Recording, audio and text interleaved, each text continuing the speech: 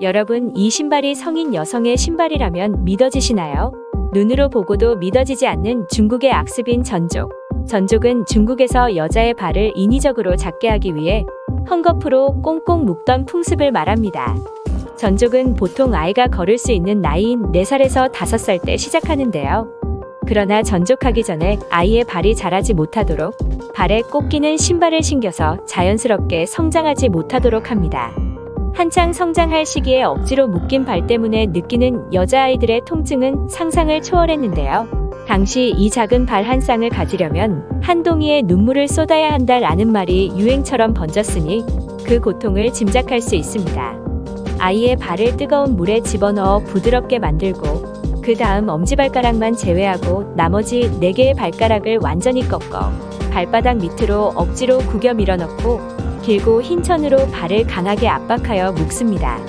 7에서 8세가 되면 다시 발가락 뼈를 구부려 밀봉하고 이후 하루씩 좀 더 단단히 매서 발을 변형시킵니다. 끝내는 엄지발가락에만 의존해서 걸어다니게 되고요.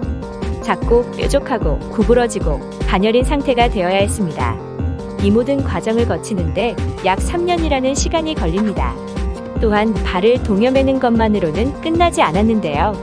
전족이 되기 시작한 초기 1에서 2년 정도를 억지로 많이 걷게 해서 발가락 관절에 일부러 상처를 내고 부러뜨리며 뼈가 곪아서 연해지는데 계속 강하게 동여매서 크기를 작게 했습니다. 이 과정에서 피부가 허물어지고 심하면 썩어 고름과 피범벅이 되기도 하고 악취는 물론이며 발가락 사이에 티눈이 무수히 생겨 바늘로 파낸다고 합니다.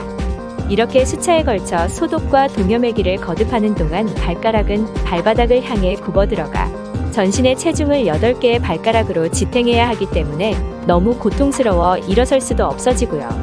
심한 경우 발가락이 아예 떨어져 나가는 경우도 있다고 합니다. 심지어는 전족을 하는 과정 중에 10명 중 1명의 여자아이가 폐혈증으로 죽어나갔다고 합니다. 오늘날 보기에는 잔혹한 아동학대에 불과해 보입니다. 실제 엑스레이 촬영 사진을 보면 알겠지만 발등뼈도 반으로 꺾인 모습인데요. 전족된 발의 사진에서 발등이 기형적으로 높은 것은 발등뼈를 꺾어서 발 길이를 줄인 결과입니다.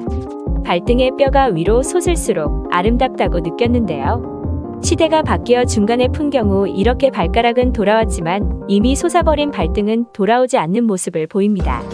삼촌금년이라는 말이 있는데요. 발의 길이가 삼촌 약 10cm 이하일 때 가장 아름답다는 뜻의 말로 가장 예쁜 전족을 의미합니다. 전족의 미를 나누는 기준은 생각보다 세밀했는데요. 발등은 높을수록, 악코는 좁을수록, 전체적으로 크기가 작을수록 등등의 기준이 있었고 등급을 나누는 지침까지 있었다고 합니다. 이렇게 나무 조각을 붙인 신발은 굽어진 발가락을 덜 자극하며 고통을 줄여주는 역할을 했는데 이 신발은 결혼을 했거나 구혼자가 허락한 경우에 한해서만 신을 수 있었다고 합니다. 이렇게 고통스럽고 반인륜적이기까지 한 전족은 어떻게 성행하게 된 것일까요? 중국인들은 예부터 작은 발을 미의 잣대로 삼았고 작은 발을 가진 여자가 걷는 것을 보면서 우아하고 매력적이라고 여겼습니다. 송나라 때부터 시작되었다는 이 전족은 원나라 때부터 더욱더 작게 만들기 시작했는데 이때는 상류층 부인들만 할 수 있었고 평민 여자들은 전족을 하지 못했다고 합니다. 그럴 수밖에 없었던 것이 발의 뼈를 부러뜨리면 일은 당연히 할 수 없게 되는데 상류층 부인들은 일을 하지 않아도 충분히 먹고 살았지만 보통의 여자들은 일을 하지 않으면 굶어 죽기 십상이었기 때문이었죠. 그러다 보니 전족은 자연스럽게 상류층 부인들만 할 수 있는 풍습이었던 것이었습니다. 전족이 전 계층에 널리 퍼진 것은 명나라 때에 이르러서였습니다. 명나라의 초대 황제의 본처 황후가 본래 하류층 출신이었기에 전족을 하지 않아서 발이 컸는데 이 때문에 백성들에게 큰 발 마왕우라고 놀림을 당했다고 합니다. 하층 신분의 여성들은 상류층의 특권이었던 전족을 부러워했고 이후 전족이 전 계층에 확산되면서 전족을 하지 않는 것은 창피하고 수치스러운 것이 되었습니다. 또한 성적인 상징이 되기도 하였는데요.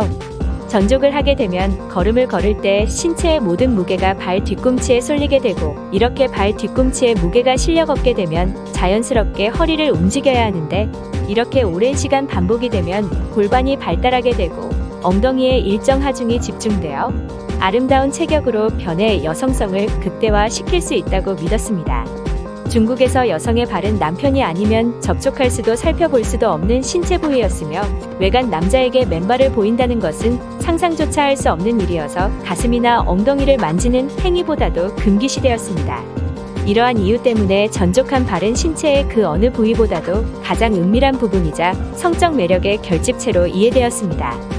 그러다 19세기 말 20세기 초 중국 여성 운동을 중심으로 전족의 거부가 확산되었습니다. 1912년 중화민국이 수립되었을 때 금지되었지만 그 후에도 이 풍습은 암암리에 계속되었고 1949년 중화인민공화국이 수립된 이후 강력한 전족 금지 법령을 만들어 반포하고 나서야 비로소 없어졌습니다.